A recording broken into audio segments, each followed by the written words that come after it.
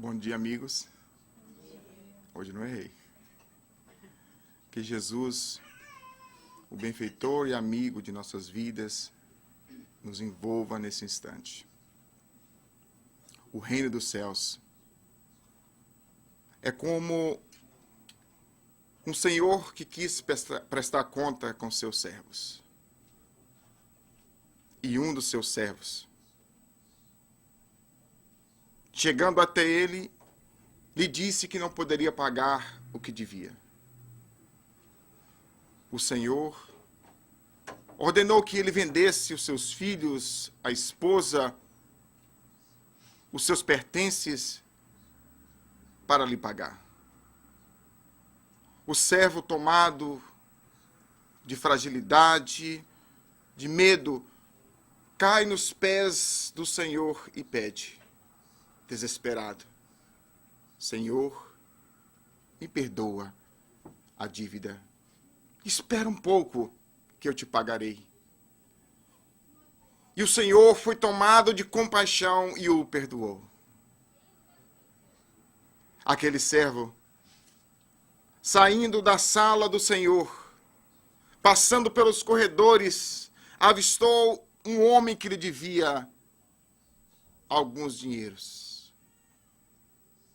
Quando viu o homem, começou a cobrar: onde está a minha quantia? Você me deve tanto, ao ponto de querer matá-lo, de esgoelá-lo. E mandou o amigo para a prisão.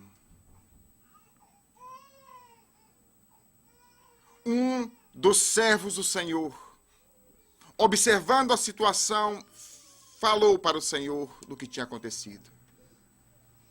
O Senhor então pediu que trouxesse-o novamente. E quando esse homem estava diante do Senhor, do rei, o rei lhe perguntou: por que não perdoastes o seu irmão? Porque eu te perdoei a sua dívida. Por que não perdoastes a dívida do seu irmão? E terminando a pergunta, entregou nas mãos dos algozes. Essa parábola é fantástica que Jesus nos traz. Nos fala do perdão. Nos fala que Deus, o Criador do universo, a cada instante nos dá oportunidades para podermos consertar os nossos erros. A reencarnação em si é o maior perdão de Deus para a criatura humana. Cada vez que nós voltamos para a terra, é um perdão de Deus. Cada vez que nós adentramos um corpo físico, esquecendo das coisas que nós fizemos de mal no passado, é um perdão de Deus. Só que, do mesmo jeito desse servo invigilante, nós estamos à cata de coisas pequenas, não perdoamos coisas pequenas e esquecemos do que Deus propõe para todos nós nas nossas reencarnações. É por isso que Jesus traz essa parábola para nos relembrar, para nos tocar nessa questão do perdão, como é importante perdoar. E hoje, não é só os religiosos que estão provando isso. Psicanalistas vêm dizendo que o ódio causa depressão. Oncologistas que estudam o câncer, os tumores de câncer, vêm dizer que a maioria do câncer, dos tumores de câncer, parte da mente desequilibrada. A psicossomática vem dizendo que nós somatizamos doença no nosso corpo físico. Que nós somatizamos câncer no nosso corpo físico, com o nosso pensamento desalinhado, com as nossas emoções desalinhadas.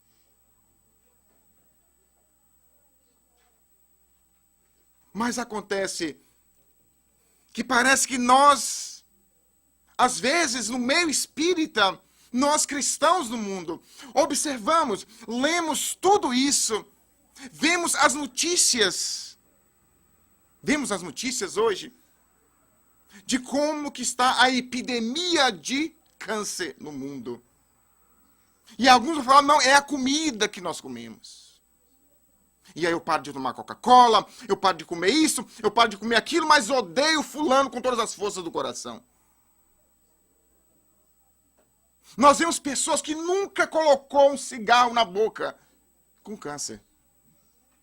Mas quando vamos entrevistar a pessoa, quando vamos ao íntimo da pessoa, está lá o rancor, a mágoa de 40 anos atrás. Aí nós entendemos. Então nós vemos essa epidemia de depressão, essa epidemia de câncer, mas mesmo assim, sabendo das causas, e nós espíritas, que temos mais conhecimento de causa, sabemos que quando o nosso inimigo morre, ele não morre. Ele continua vivo no mundo espiritual e mais perigoso do que se estivesse na carne, porque agora ele está invisível, ligado a nós, promovendo obsessões. Mas mesmo assim, nós espíritas, sabendo disso, ainda cultivamos o ódio fraterno.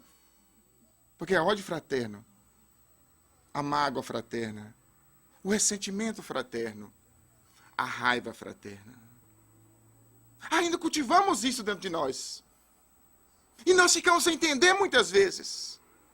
Temos a oportunidade de conversar com várias pessoas, católicos, protestantes, ateu, à toa e espíritas. Com problemas de depressão, com problemas de enfermidades, com tumores de câncer.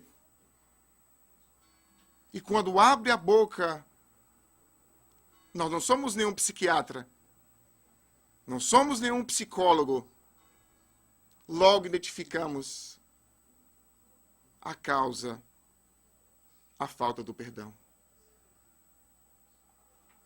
Mas por que a gente sabe de tudo isso? Nós sabemos que o não perdão, o não perdoar, o ódio, a mágoa, o ressentimento, nos traz entidades enfermas para próximo de nós. Nós espíritas sabemos disso. Se nós não fomos espíritas, nós não somos espíritas, nós sabemos que hoje, que o perdão, a mágoa nos traz doenças, enfermidades emocionais, físicas. Mas por que da dificuldade tão grande de perdoar, meus irmãos?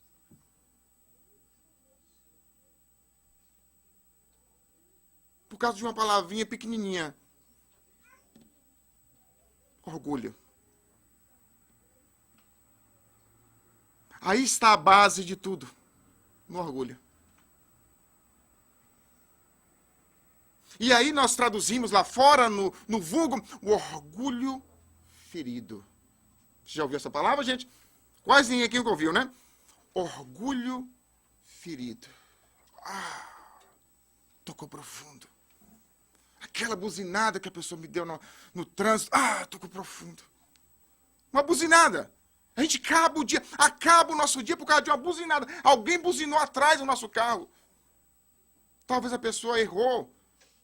Estava passando batom, a mulher, porque agora é normal, passa batom e tocou e buzinou, aí a gente ali já perde o controle mental.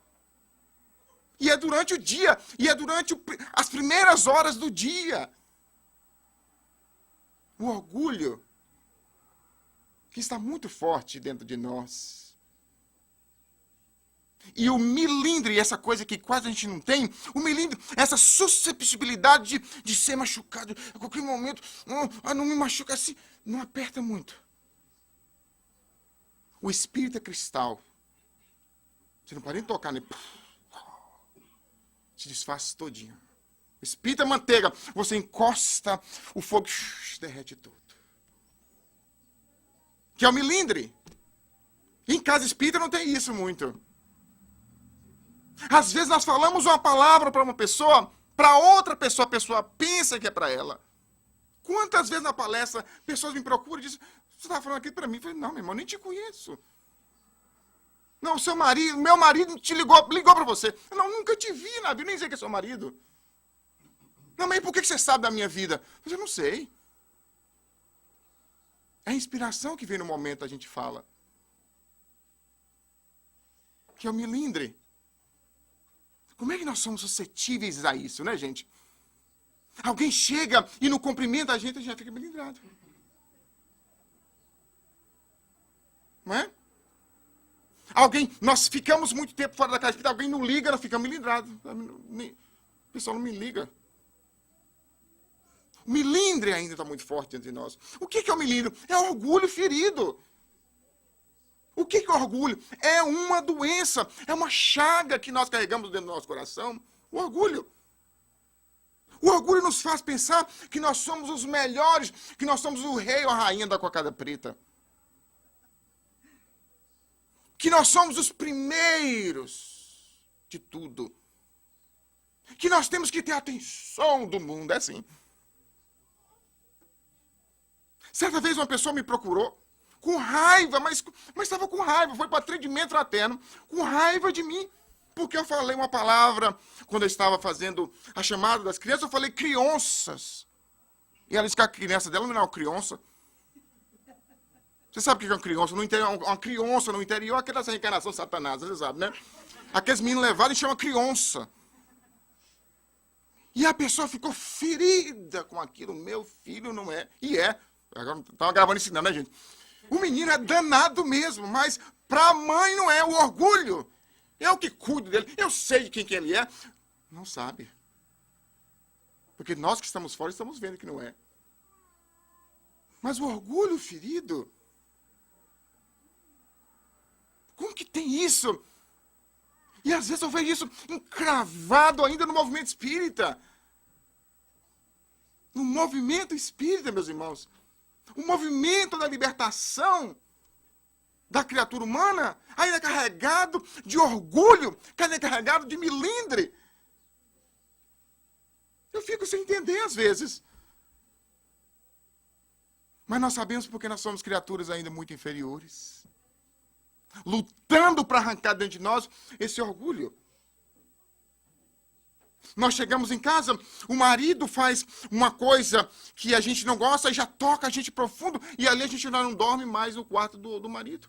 Ele dorme sozinho na cama hoje. Uma coisa pequena. A mulher chega e quer ver o filme, o homem quer ver outro filme, e a mulher ganha, e aí o homem já fica chateado. O milindre, tocado com aquele orgulho. E eu que sou o primeiro da casa, eu que sou o macho da casa. São coisas pequenas, mas isso é coisa pequena. Isso não causa ódio, não causa culpa, mas começa pequeno. Essas emoções, elas começam pequeno. E desse orgulho, nós passamos para a raiva. É o sentimento que nós temos depois que nós nos sentimos tocado lá dentro. Mexido lá dentro. Mexeu com a gente. Feriu profundo.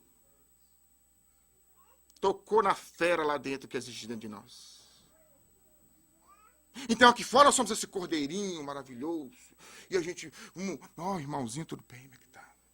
Vou orar por você, ok? Semana que vem. Sim, ótimo. Sim, me liga, ok? Toca na alma, toca lá dentro da fera que está lá dentro para você ver o que sai. Tocou lá dentro, vem a raiva. E tem espírita que fala que nós não podemos sentir raiva, tem que sentir raiva. É um processo natural que nós estamos vivendo, gente. Ainda não somos espíritos superiores. Se fôssemos espíritos superiores, não estaríamos aqui hoje. Não estaríamos ouvindo essa palestra que hoje se fossem espíritos superiores. Mas como nós somos espíritos superiores, ainda estamos suscetíveis a isso, a ser ferido pelo orgulho. Isso é bom, isso é autodescobrimento. É descobrir, eu sou uma pessoa orgulhosa. Às vezes nós falamos assim, olha, nós todos somos orgulhosos. Não é assim que tem que falar assim, praticar durante o dia, eu ainda sou orgulhoso. Isso não é feio. Não é feio você falar que você é orgulhoso. O feio é você falar que já é humilde. E quando toca lá dentro da fera, você se transforma na verdadeira pessoa. Aí que é feio. Os espíritos chegam na reunião mediúnica e dizem, vocês ficam fingindo de perfeito, vocês não são perfeitos. E a gente fala assim, não somos mesmo. Nós erramos. Somos espíritos falíveis. Você está esperando o quê? O que espera de nós? Você pega um espírito inferior, espreme ele, o que vai sair? Inferioridade. Pega um espírito orgulhoso e espreme ele, vai sair o que? Orgulho. Então a expressão, quando nós somos feridos lá do profundo, tocou na fera lá dentro, vem esse instinto de defesa da fera, que é a raiva. Você pega no pitbull e bate na boca do pitbull, ele vai lamber a sua mão. Você vai ficar sem os dedos. Mas o pitbull não raciocina, não pensa. E nós vemos alguns homens, se a gente bate na boca de algum homem, eles mordem e comem a nossa mão. Mas nós já pensamos, nós raciocinamos. Mas essa fera instintiva ainda está dentro de nós. Encalcada, escondida dentro de nós. Ela só se desponta quando fere o nosso orgulho. Quando toca, quando futuca, quando toca profundo na fera. Aí nós expressamos com a raiva. E no movimento espírita fala a raiva fraterna, né? A pessoa chega assim, eu não estou suportando ficar perto de fulano. Mas não é raiva. Então isso é o quê, minha irmã? Não é raiva. Minha irmã, é raiva. Não é raiva. É raiva sim, você está com raiva da pessoa. A pessoa te fez alguma coisa que tocou no seu orgulho. Meu orgulho, eu não tenho orgulho. Mas se você tem o quê? Você está onde? Que mundo você vive? Tocou no seu orgulho a pessoa. E tocou no seu orgulho, você ficou com raiva. É normal sentir raiva. Não é porque eu sou palestrante, eu sou coordenador, eu dou passe, eu não posso sentir raiva, eu sinto raiva. Às vezes me dá vontade de quebrar o pescoço de alguns lá no centro. Mas eu me controlo. Às vezes eu chego em casa, dá vontade de jogar a esposa pela janela, mas eu me controlo. É a raiva que todos nós sentimos, que é totalmente natural. Sentir raiva. Porque nós somos ainda espíritos inferiores. Mas temos que controlar isso dentro de nós. Temos que trabalhar isso dentro de nós. Porque senão, se a gente vai sentindo raiva de uma pessoa, se nós não trabalhamos isso dentro de nós, essa raiva começa agora a se transformar num ressentimento e numa mágoa. E às vezes por coisas pequenas, ficamos com raiva de uma pessoa. E começamos a ressentir aquilo, a reviver todo momento como que aconteceu a coisa. Foi no ano de 1973, às 2h da tarde. Ela chegou e ela estava com café e derramou o café sobre a minha calça. E até hoje eu não consigo perdoar essa pessoa. Meu Deus, 1973. Foi em 1980 que aconteceu que o meu pai não foi no meu casamento. Foi em 1987 que eles não me convidaram para ir para a partida de futebol, foram sozinhos. E assim por diante, nós guardamos esse lixo, às vezes por séculos. Porque isso vai conosco. Porque se eu não trabalho isso hoje, o que acontece? Isso vai comigo para outra reencarnação. E aí na outra reencarnação, eu jogo mais um pouquinho, e jogo mais um pouquinho.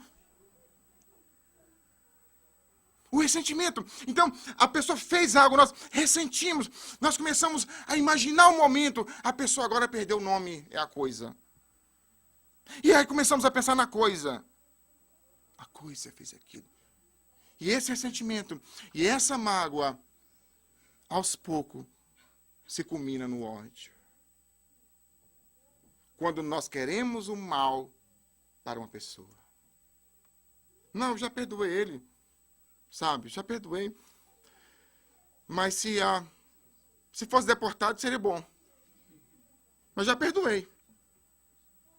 Fulano teve um acidente, Manuel. É mesmo? Eu já perdoei ele. E quebrou só a perna. Já perdoei. O ódio. O ódio é quando nós queremos o mal para a pessoa. Quando nós desejamos o mal para a pessoa. E aí nós juntamos com a vingança. E nós queremos, de todas as formas, destruir a pessoa que nos fez o mal. retribuir o mal com o mal. Alguém me fez um mal, agora eu tenho que retribuir esse mal. Olho por olho, dente por dente. O ódio. Quando nós pegamos as obras de André Luiz, que eu acho que quase todos os irmãos que já leram essas obras. Nessas obras de André Luiz, ele vai mostrando o poder do ódio da criatura humana. Como que o ódio consegue nos hipnotizar e nós ficamos paralisados, estagnados por 1000 anos, pensando numa só pessoa.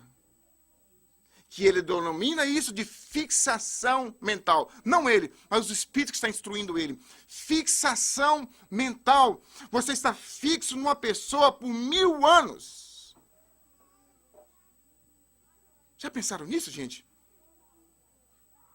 E aí, nesse processo, você reencarna e encarna, reencarna e reencarna, os dois juntos, nesse processo de ódio, de mágoa, de rancor, de ódio, de mágoa, de rancor, por 1000 anos.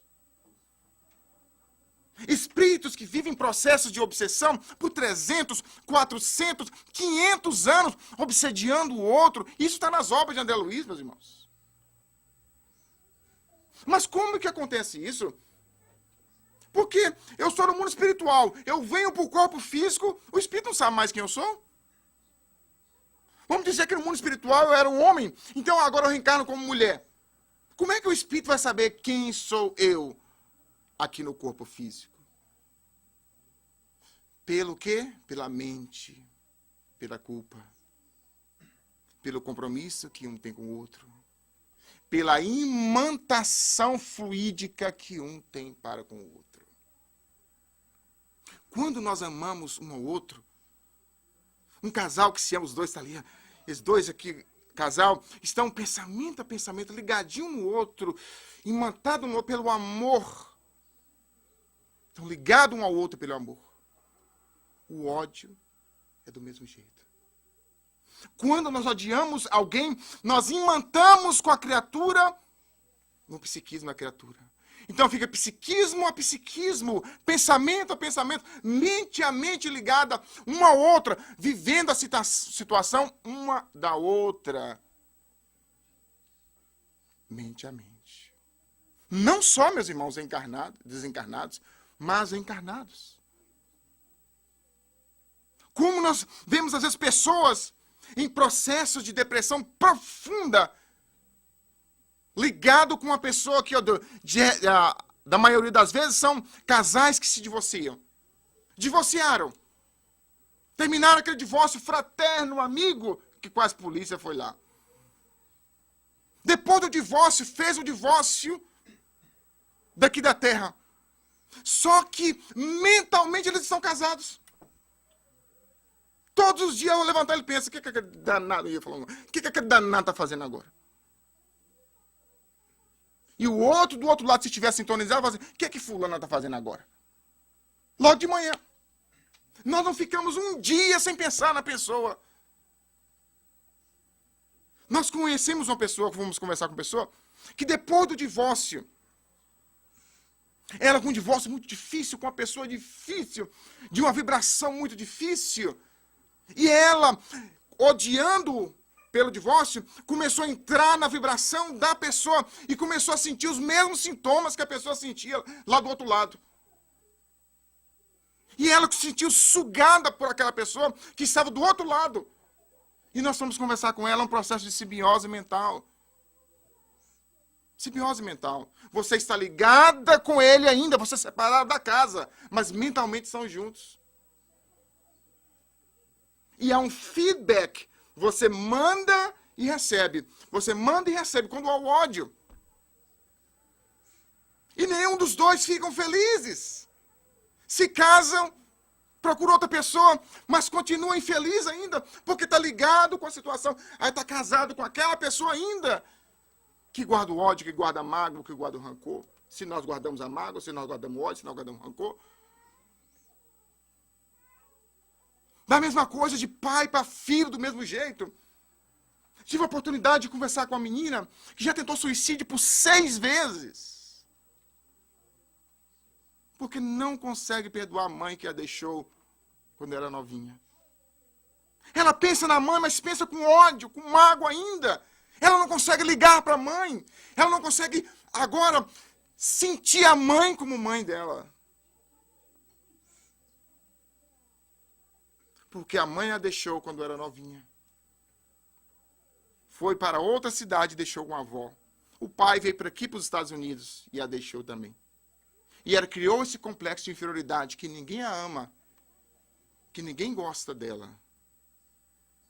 Ela entra num relacionamento, começa a se relacionar com uma pessoa, mas lá está o estigma ainda do ódio, da mágoa, do rancor da mãe, que não deixa ela vibrar junto com a pessoa que está vivendo. Termina com um, começa com outro, termina com um, começa com outro. E não consegue vibrar na vibração fraterna, numa vibração de amor, numa vibração de paz. E não se aceita. O ódio. Como que é importante perdoar? Como que é importante nós entendermos essas coisas? Que na origem do ódio está o orgulho. Se alguém me feriu, por que a pessoa me feriu? Olha a pergunta que a gente... Por que a pessoa me feriu? Se o meu marido me deixou, por que ele me deixou? Talvez eu não estava usando um perfume correto. Talvez eu não estava me arrumando correto. Talvez eu não estava fazendo como eu deveria fazer, uma esposa deveria fazer. Qual a minha parte de responsabilidade nisso? O meu filho deixou o meu lar. Meu Deus, como é que eu vou fazer agora? Me deixou de que não quer nem saber mais de mim. Mas será que eu não tive responsabilidade disso? Quando eu era pequenininho, eu amava, eu o abraçava, ou beijava, ou eu estava enfiado no trabalho para poder dar coisas para ele? Olha como é que a gente vai começar a entender as coisas, não é, gente?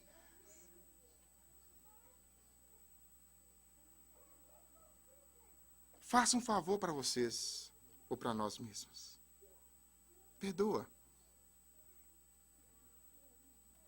E nesse processo de perdoar, a coisa mais importante, o mais importante, nós temos que tentar praticar isso. Eu sei que é difícil, eu sei que nós ainda não somos isso, mas temos que tentar isso de todas as formas. A humildade. Como que é difícil essa questão de humildade? Porque quando a gente pensa em humildade, a gente já pensa logo a pessoa submissa, que tem que ficar debaixo do pé do marido, debaixo do pé da esposa, debaixo do pé dos amigos. Não é isso que é humildade. Se anular do mundo, vestir tudo, só roupa velha, chegar no centro e ficar, isso não é humildade. Falar baixinho, assim, meu, tá tudo bem? A humildade é uma expressão da alma, não é uma expressão exterior. Você pode se vestir como humilde, falar como humilde, mas lá dentro tem uma fera. É uma expressão, o que? Mental e sentimental que você passa. As pessoas sentem a sua posição de tentativa de ser humilde. Quando nós estamos tentando isso. E nós temos que começar a tentar isso, meus irmãos, é dentro do nosso lar. Porque ser humilde aqui dentro é muito bom. Quando a gente chega ali naquela porta ali, os espíritos já colocam logo um negócio, um aparelho na gente aqui, que a gente já tira um monte de coisa lá de fora e a gente fica tudo tranquilinhos. Mas ao sair daquela porta ali, meus irmãos, quando nós entramos dentro daquele carro, às vezes a gente esquece que é espírita. E o primeiro sinal que a gente vira alguém da buzinada, a gente esquece de ser humilde. De orar para a pessoa, vai com Deus, meu irmão. Vai com Santa Bárbara, com Santa Efigênia. A humildade é importante dentro do lar. No convívio com as pessoas. A família e os amigos, meus irmãos, são os bens mais preciosos que nós temos na Terra. Sabiam disso? A família e os amigos, vou repetir de novo, são os bens mais preciosos que Deus colocou na nossa vida na Terra. Eu digo isso porque nós visitamos asilos E nós vemos pessoas que não têm amigos e não têm famílias e que estão jogados esperando a morte para morrer sozinhos, sem ter alguém para apertar a mão no momento da morte. Já pararam para pensar nisso? Você na sua agonia da morte ali e não tem ninguém para pegar na sua mão, vá com Deus. Parte com Deus. Alguém para te visitar no momento da velhice. Como que é difícil isso? Pessoas que ficam lá 10, 20 anos e os parentes nunca foram visitar. Como que é importante a amizade, como que é importante a família. E quanto mais nós desenvolvemos em nós a humildade, melhor é o relacionamento. Porque nós sempre estamos nos colocando como os últimos. A mulher está lá no terceiro andar da casa e ele, bem, traz um café para mim. E aí você respira 2 vezes. Leva ou não leva esse negócio, Jesus? Mas um homem, ela que tem que trazer para mim, porque eu sou macho, ela que tem que trazer para mim. Deixa o machismo, relaxa um pouquinho. E pratica a humildade. Pega o copo e leva. A humildade. São práticas pequenas de humildade que nós podemos expressar durante o dia, que nós podemos expressar no nosso relacionamento. E cada vez mais eliminando de nós esse orgulho, esse poderoso que exige de nós, que nós não somos nadica. Foi o próprio Jesus que disse que os últimos serão os primeiros. Os últimos serão os primeiros. Meu Deus. Como é que é difícil isso? Aí quando nós começamos a praticar a humildade, automaticamente surge algo, desponta algo dentro do nosso coração, que nós não precisamos denominar o nome, mas a gente precisa denominar para a gente saber o que é. Chama indulgência. A capacidade de ver os erros dos outros e não ver de forma negativa. Ai, Senhor. A pessoa fez a baianada, minerada, paulistada, americanada, fez a coisa errada. O orgulhoso, não, condena na hora. Olha lá, eu disse para você. Tá fazendo palestra lá, mas eu estava esperando a queda já. E já com um buraco aberto para empurrar a gente. Enquanto que o humilde é indulgente. A indulgência, essa capacidade de sentir todos são criaturas imperfeitas como eu sou imperfeito. Se ele erra, eu também erro. Então eu tenho que perdoá-lo. A indulgência. A indulgência não faz entender o outro, aceitar o outro como o outro é. Ai, Jesus. Não é fácil isso. Aceitar o outro como o outro é. Um dos maiores problemas de relacionamento, de convivência familiar, de amizade, é porque nós colocamos muita expectativa nas pessoas. Não é?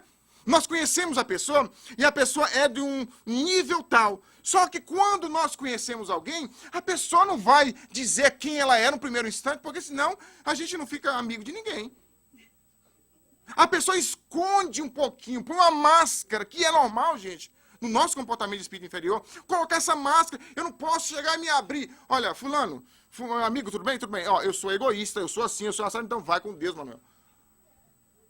Eu tenho que pôr a máscara do humilde, eu tenho que pôr a máscara da pessoa tranquila, serena, para que as pessoas me suportem, para que eu possa conviver com as pessoas. Só que à medida que a gente vai convivendo um com o outro, a gente vai batendo um com o outro, começa a surgir essas questões. Mas fulano não era assim, mas não era mesmo. Agora ele é o que verdadeiramente ele tem no íntimo.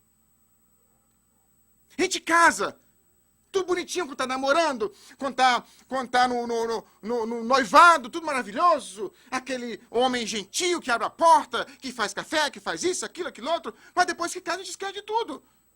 O marido ficou ruim, não. Ele está mostrando quem ele é. Aquela esposa que falava baixinho, que ia no centro todo dia, que fazia aquilo, e de repente ela não caía mais no centro, não fala mais baixinho, e ela não era assim. Ela quis te conquistar. Que é um processo natural, gente. Então eu vou o quê? Respeitar o limite do meu companheiro que está comigo.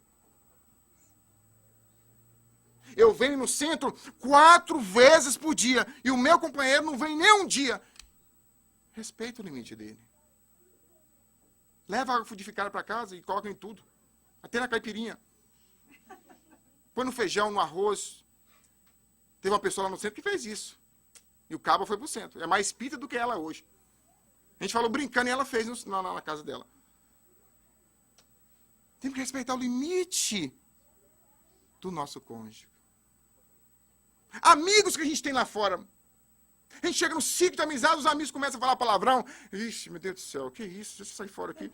Não. Você está ali para ensiná-los. Não é para condená-los. Não é para julgá-los. Começou a falar palavrão da vida dos outros. E aí, meu irmão, como é que tá? Como é que tá o negócio? Você viu como é que tá a eleição aí? Muda o rumo da conversa. Eu tenho pessoas que trabalham comigo que é o dia todo falando asneira. Eu vou condená-los? Eu vou falar que eles vão direto para o umbral? Eu vou falar isso, aquilo? Não, não é a nossa tarefa de julgar as pessoas. A gente vê uma pessoa no botequim lá, fumando um cigarrinho e tomando uma branca e vai assim, está no umbral. Essa não é a tarefa nossa. Trouxeram uma mulher adúltera para Jesus. Senhor, essa mulher foi pega em adultério. E a lei diz, o que é pega em adultério? Ela traiu o marido. Ela não era uma prostituta, uma adúltera. Traiu o marido. E na lei diz que a mulher que trai o marido, ela tem que ser apedrejada. Ela e aquele que cometeu o ato com ela. Mas o que cometeu o ato com ela já estava longe. Era homem. Na época, o homem, a mulher não tinha valor de nada. E eles falavam que quando a mulher começava a ficar velha, eles inventavam isso. Criavam isso, falavam que a mulher fez alguma coisa para poder tirar a mulher dentro de casa e pegar uma mais nova. Graças a Deus hoje não tem isso mais, né?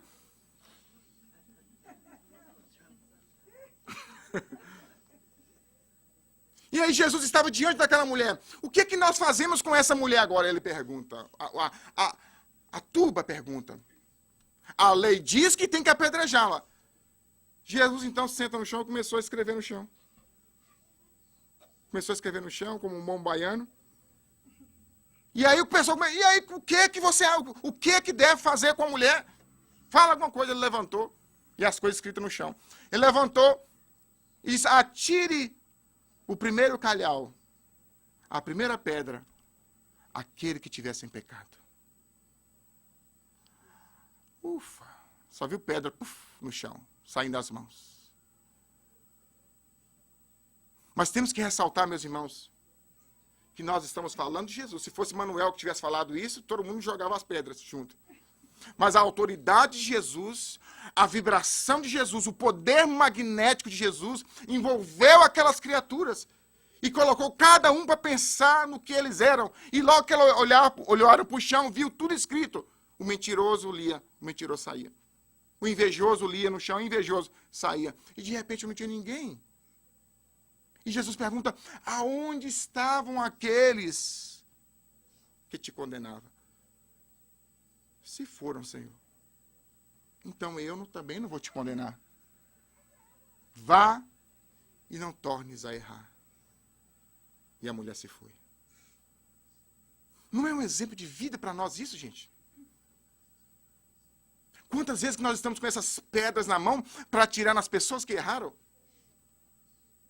E a psicologia diz que quando nós identificamos muito a inferioridade nas pessoas, a coisa está dentro de nós. Se eu começo a ver mentiroso em todo lado, eu sou um pouquinho mentiroso. Eu não confio em brasileiro. A gente fala assim comigo. Porque não é confiável. Eu não confio em falar nada com ninguém. Não falo nada com essa pessoa de jeito nenhum. Nós sempre estamos o quê? Projetando a nossa imagem íntima nas criaturas. E naquele instante, aqueles homens projetavam a inferioridade dele naquela criatura frágil no chão que tinha errado. E Jesus chega e promove para eles uma meditação profunda. Quem são vocês? É o que nós temos que perguntar para nós mesmos. Avaliar o nosso coração, com sinceridade. Quem nós somos? Em que posição nós estamos? Posição emocional, mental, espiritual. Que posição nós estamos diante de alguém que cometeu erro? A pessoa cometeu erro. Eu tenho que falar para todo mundo centro que fulana cometeu erro? Que é a danada fofoca fraterna. Eu tenho que fazer isso? Não posso, não precisa. Eu tenho que apertar a ferida da pessoa? Não precisa mais. A pessoa já está sofrendo por si só com a consciência de culpa. Porque quando nós erramos, nós entramos num processo de consciência de culpa. Aquelas pessoas que não sabem entrar na responsabilidade. E aí sofremos muito na consciência de culpa. Então não precisa nós julgarmos, condenarmos as pessoas. Elas por si só já estão se autocondenando. Perdoar. E aí quando nós começamos a praticar a indulgência, aí fica mais fácil da prática do perdão. Jesus perdoou alguém, gente? Não. Por que Jesus não perdoou? Porque ele não sentiu mágoa. Jesus não sente mágoa, não sente rancor. Mágoa, rancor é de espírito igual nós. Deus perdoa? Não. Por que Deus não perdoa? Porque Deus não fica magoado. Só perdoa quem magoa. Quando a pessoa faz algo comigo e a pessoa me tocou para fundo, eu tenho que perdoar essa pessoa por todo o processo e perdoar essa pessoa. Mas quando eu começo a agir com a indulgência, aí fica mais fácil, amortece o processo do perdão. Chega no momento de analisar o que aconteceu, com a indulgência, eu tenho uma probabilidade maior de perdoar a pessoa. Porque nós sabemos que o perdão é bom para nós mesmos. Quando você perdoa alguém, o beneficiado é você, não é a pessoa. Nós achamos assim, que quando alguém fez algo comigo, muito difícil, a pessoa me fez algo. Ela tem que vir diretamente de joelhos e me perdoar. Ou eu ir até ela de joelhos e perdoar. Não há necessidade disso. Você não tem que entrar no campo mental da criatura que está desequilibrada. Perdoa. Mas a pessoa não quer me perdoar de jeito nenhum, Manuel. Como é que eu faço? Deixa ela com lixo. Na outra encarnação ela volta como sua filha. Não, mas de jeito nenhum. E aí tem uma pessoa que nem em 500 reencarnações não quero ver essa pessoa. Eu disse, logo volta. Mas primeiro você tem que curar o seu íntimo. Cura o seu íntimo. Trabalhe o seu íntimo. Manda vibrações de paz para essa pessoa. Porque o que Jesus diz, aprendeste o que for dito. Odiarás aquele que te fez o mal, os seus inimigos, e amarás o vosso inimigo. Amar o inimigo. O que Jesus queria dizer com amar o inimigo? Amar o inimigo não é a gente conviver, tomar cafezinho com aquela pessoa que nos fez o mal, nessa reencarnação agora. A pessoa me deixou. Eu estava com 4, 5 filhos, me deixou. O que eu vou sentir? Eu vou sentir raiva dele, vou quebrar os retratos dele, tudo. É normal isso em nós. Nós vamos sentir tudo isso, raiva, mágoa dele, vamos sentir tudo. Logo depois, eu tenho que perdoar essa criatura. Porque se eu não perdoo, eu fico grudado com a pessoa. Então o perdão é bom para nós. Então eu perdoo. E saio desse processo vicioso entre mim e a criatura. Para que eu possa me livrar dessas vibrações deletérias que nos envolvem, que acaba desestruturando o nosso psiquismo, desestrutura todo o nosso corpo físico. Então, os espíritos vão dizer que as doenças, elas não provêm dos vírus, das bactérias. As doenças não provêm de coisas exteriores. As doenças provêm do íntimo. O nosso pensamento desequilibrado desequilibra uma área do nosso corpo energético que fica suscetível para que o vírus, as bactérias, possam ali se alojar e promover uma doença. Olha como é que fica mais fácil a gente entender isso, gente. Olha como é que fica mais fácil de nós sabermos que nós temos que perdoar. Mas também algo importantíssimo que nós temos dificuldade de fazer, nos auto-perdoar. Nos auto-perdoar pelo que nós fizemos de errado. Isso é importantíssimo. Se eu não consigo me auto-perdoar, eu não perdoo ele nunca. É um processo psicológico natural. Autocondenação e condenação. Eu tenho que me perdoar. Mas foi muito difícil. Eu estou tentando parar de tomar aquela vodka que queima teu perispírito. Estou tentando parar. Ontem eu não tomei nem um pouquinho, mas depois, quando foi no domingo que eu vi o futebol, o americano, não tem jeito, eu tive que tomar aquilo. Perdoa. E começa de novo. Estou tentando parar de fumar. E sei que isso acaba com o meu pulmão, acaba com o meu íntimo, com o meu corpo físico. Estou tentando. Tem 3 semanas que eu não consegui. Na 4ª semana eu ainda peguei um cigarro. Perdoa. Aquele site pornográfico que eu não quero ver de jeito nenhum e de repente os espíritos obsessores ligam o computador e colocam na minha frente aquilo. Perdoa-te. E segue. O auto-perdão é o início da auto-libertação. Sem auto-perdão não há auto-libertação. Constantemente nós temos que estar nos auto-perdoando pelas coisas erradas que nós estamos fazendo. E na mente que essa coisa errada nós estamos suscetíveis de novo a fazer. Mas não é que nós vamos ficar no molinho, né? Não, eu caí de novo. Não é isso. É a tentativa. Quanto mais nós tentamos com vigor, a espiritualidade nos ajuda. Se a espiritualidade sente que não há sinceridade, que não há robustez naquilo que nós queremos, ele não nos pode ajudar. Porque ele sente que não é sério. Mas quando a coisa é séria, quando nós estamos querendo modificar seriamente, a espiritualidade envolve-nos e amplia essa nossa vontade de querer crescer espiritualmente. A gente abre, a gente vai abrir um livro, cai em cima da leitura que a gente precisa. A gente vai para a palestra, cai em cima, vem aquela palestra que nós precisamos. Isso é espiritualidade. Auto-perdoar. Por que guardar essas mágoas, esses rancores? Fez o errado? Foi errado, sim, ok. Mas isso foi quando eu era ignorante.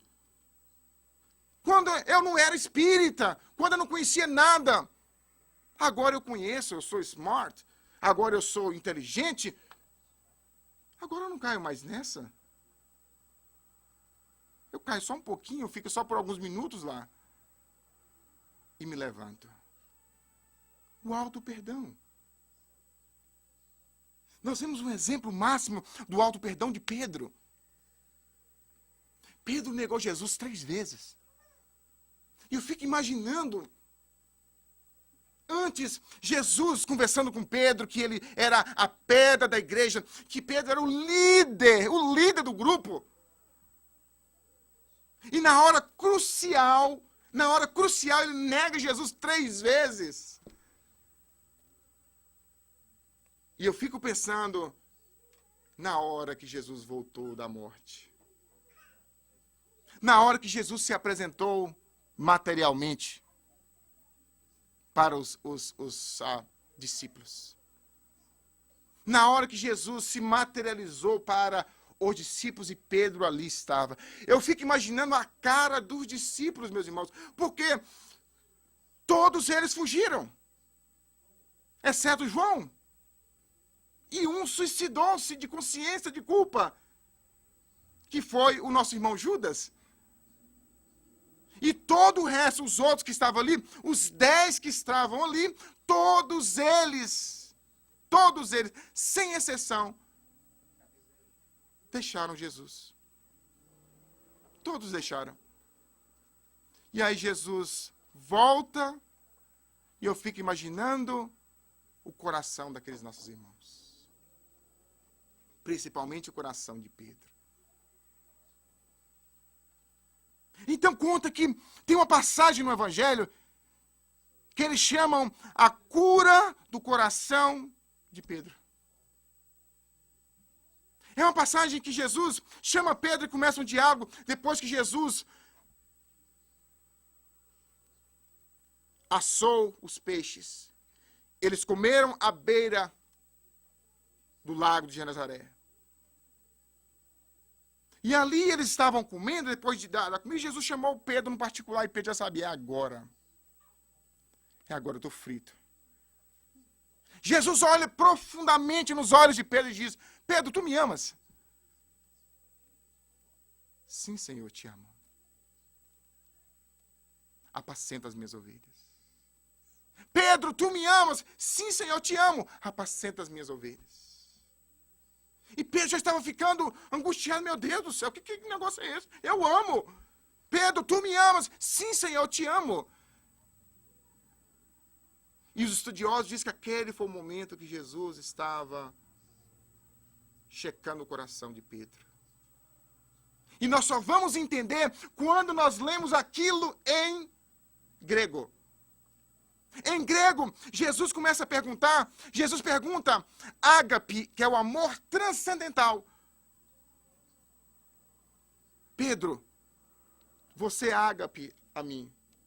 Pedro responde, agora, com a outra denominação de amor, que é o amor fraterno. E ele fala do amor fraterno, ele amava. Pedro, você me ama, ágape.